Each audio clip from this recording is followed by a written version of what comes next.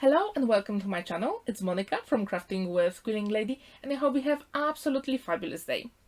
I'm very excited to share my recent project with you, which is in Rediscover My Stash series. I wanted to go back to my stash and choose something that I haven't used for a long time, and I ended up with these beautiful metallic markers from Spectrum Noir, and then I used a beautiful butterfly die for all my cards. Here you can see all my supplies. So this is the butterfly die I told you earlier. It comes from Crafter's Companion and it's called Bold Butterfly. And these are the Spectrum Noir metallic markers. And then I use the stamp set from Crafter's Inspiration magazine. For our first card, I'm going to die cut the butterfly in black cardstock. This one is pretty heavy, so it was absolutely perfect for the outline. So I die cut the butterfly and then I used vellum, and when the outline was done, I used liquid glue to apply vellum and fussy cut around the butterfly, which is actually super easy. Now you can have a look at the Spectrum Noir metallic markers, and these are perfect for any handmade projects. You can use them on paper, acetate, plastic, glass, whatever you want.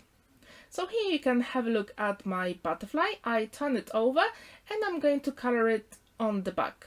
It is actually pretty easy because you can see these black lines on the back, but if you find it difficult, you can have a look at the source of light in your room, like window or your desk lamp, and then you will see all the elements to color it in. I actually colored the whole butterfly off camera, which I found easier than to do it while recording, but the effect is absolutely stunning. If you have never ever colored vellum on the back on your projects, I really encourage you to try it. Have a go, because the effect is absolutely beautiful and it actually looks like stained glass window. Here I've got two panels and that will be my card base. For the smaller one, I'm going to make some marks on my glass mat and I'm going to apply all the metallic markers straight on my glass mat, put all the colors I want, and that will create a beautiful background for my card. And I'm going to use a spray water bottle and add this water and spread the colors more, and that will give us such a beautiful watercolor effect.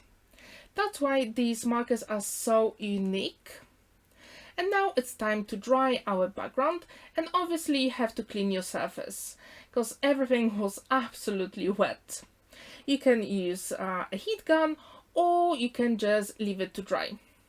But I wanted to make my card quick, so I thought, why not? So now we need to die cut the element in the middle, and I chose the oval cutting die from my stash, and I'm using low tack tape just to make sure I'm going to die cut it properly. For the bigger panel, I used these two metallic markers, and as you can see, I did purple frame and then I used the other color inside and I literally just scribbled the color. For my sentiment, I'm going to use black waterproof ink because I absolutely love it. It always gives me very clean and crisp lines, and I'm going to use the inside of the beautiful oval frame I created because we can see these beautiful colors. And now I'm going to put it on white card just to give it a small frame. And I'm actually checking if this sentiment works well with the butterfly, and I was actually pretty happy with the results so far. And now I'm going to put double-sided tape on the back of my oval frame, and I'm going to attach it to the panel we created with these two metallic markers. When you use double-sided foam adhesive, I do encourage you to use pokey tool because it is much more easier to peel off all this tape. Now it's time to adhere our oval frame, and this double-sided foam adhesive gives us a beautiful dimension. And as you can see, my butterfly is bigger than the oval, and that was actually my idea for the card. I put a little bit of liquid glue on the top of the wings and on the bottom of the wings, and actually the butterfly is floating on the card. And for the sentiment, I use a little bit of double-sided tape, I'm not really sure if you can see it, and liquid glue. And that's our first card, nearly done. We just need to put it on a card base, and this one is measuring 5 by 7 inches. And as usual, I put double-sided tape on the back, and I'm going to use liquid glue just to make sure that my card is stuck properly and it will be safe to post it. And actually that is super easy to do. And now the last thing we have to do is obviously to add some small gold gems on the card. If you've watched my previous videos, you know how much I love these beautiful small gems, and they actually add so much interest to every single card and handmade project. I do encourage you to have a look at your stash. I'm pretty sure you have some gems or pearls, and they always go nicely on all the handmade projects. So here, as you can see, I'm applying all these small gems in the corners, and then I thought maybe we can have a few of them inside the oval frame. And I also added 2 of the gems, as you can see, inside of the flower and inside the dot of the butterfly wing. And I really like how much dimension and shine these gems give to a card. It's absolutely stunning. I hope you use some gems in your handmade projects as well. And that's our first card done. What do you think? Do you like this color combination? So for our second card, I'm going to use the same technique for the background I used previously. So I'm marking the size of my card base, and this time I wanted to use some greens and just a little bit of blue.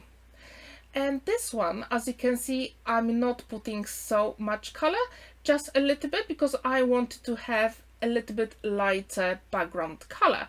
And that actually worked pretty well, I have to say.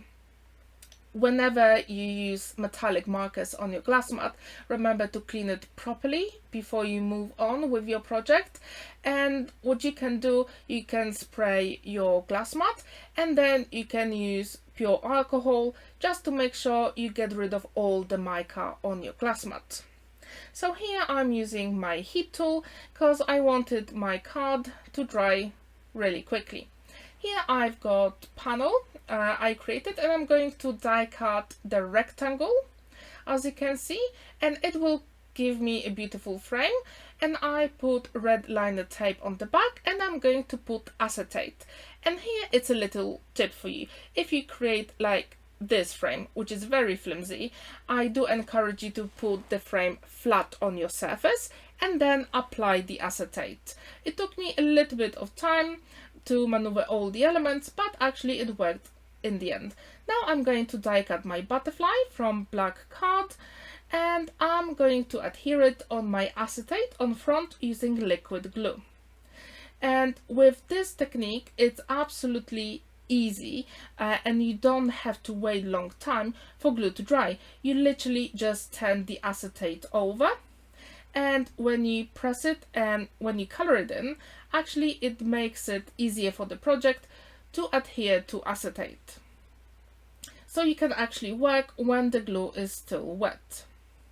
Now I'm going to color in my butterfly, and again I did some on the camera and some off the camera, and again, if you struggle like with the vellum, you can always look at the light source in your room and use it as a guide, because sometimes with these markers you might miss a few bits. They are very tiny, so I encourage you to have a look at the light source.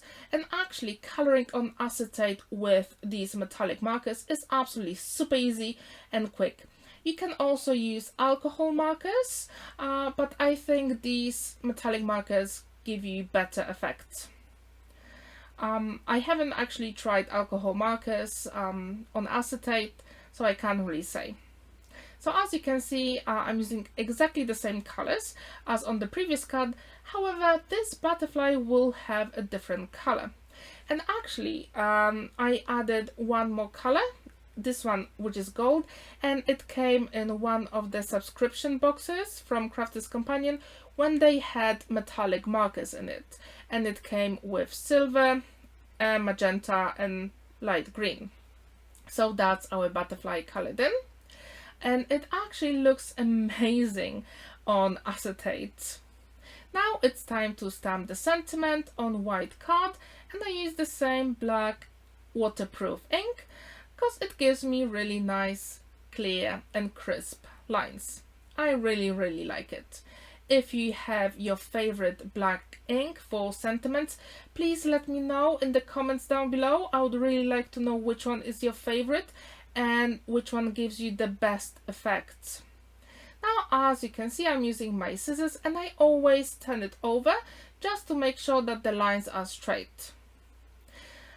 And then I'm going to mount it on black card, just a little bit using liquid glue, and then I'm going to use red liner tape, which actually is super easy and it works perfectly with acetate. If you have ever created any project with butterfly, I would absolutely love to see it. If it was a handmade card, a shaker card, birthday card, or any gift, like a thank you gift for your neighbor, for your friend, I would absolutely love to see it. Now I'm putting beautiful sequins inside my shaker element.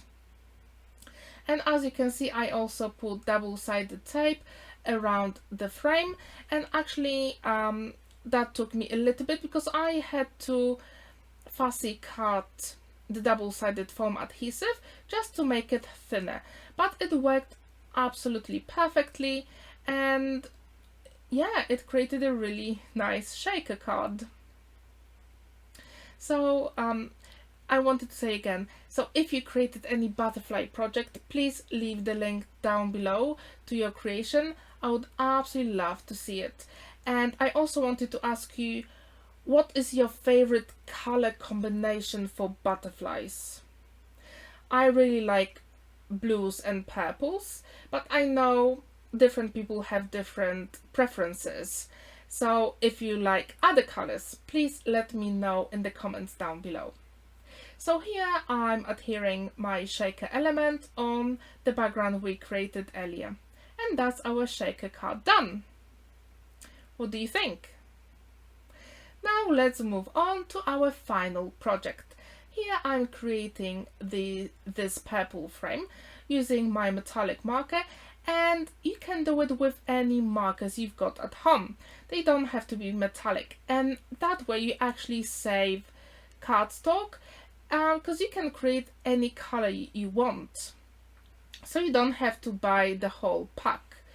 Now I'm going to use my cutting die, but this time I'm going to emboss it. I really encourage you to have a look at your die cutting machine manual, because then you will learn the plate combination for embossing, and I really love this effect. I think the camera doesn't really catch it, but it's absolutely beautiful. And then I colored in my butterfly with the same metallic markers, and the effect is absolutely fabulous. I'm really sorry that the camera doesn't catch it, but when you tilt this panel, it's absolutely beautiful because the embossed butterfly gives you like 3D look to it. Now it's time to stamp the sentiment. I chose to do it in the corner, and then I'm going to die cut the butterfly, but I only chose the element where the flowers are, and I die cut the flowers 9 times, and you will see how I did it and why I did it. Okay, now I'm preparing my card, and I use double-sided tape on the back. I'm peeling it off with my pokey tool and using liquid glue, and I'm going to attach it to the panel with the purple frame. And as I said, in the meantime, I was die cutting the element of the butterfly where the flowers are. And this is actually super easy to do it. You just need really good scissors and you can create such an amazing effect. And actually, if you look at many dies in your stash, they have different elements inside, so you can use them to create beautiful projects or toppers. So as you can see, this is the flower from the butterfly, and I fussy cut this flower. And what I found out when I was fussy cutting all these flowers, they actually not symmetrical. They really look like they are, but they're not. And now I put two of them to create a little bit of dimension, and I'm going to stick 3 flowers with 2 layers on my card, and I'm going to color them in with metallic markers. And it's absolutely fine if you go over the line at this point, because we've got the last layer to put on top. And if you make any mistake at this point, and when you go on your white background, that's absolutely fine. And I actually did it on one of the flowers, the purple one, which is at the bottom on the right. I did a mark on white background, but then I use white Posca pen, and actually you would never ever tell that I made a mistake on it. It's very easy to solve the situation. Okay, I put the gold metallic pen for the middle of my flower, and then I'm checking where and how to put the top layer. And when you do it, it looks absolutely beautiful. And obviously I had to add these purple small gems, and that's our last card done. Here you can have a look at all the cards. I'm really curious which one is your favorite. Please let me know and tell me why this is your favorite. Would you like to use the outline dies for vellum, acetate, or just embossing? Have a lovely day. I hope you feel inspired. Happy crafting, and see you next time. Have a look at your stash, because I'm pretty sure you will find some great stash. Bye!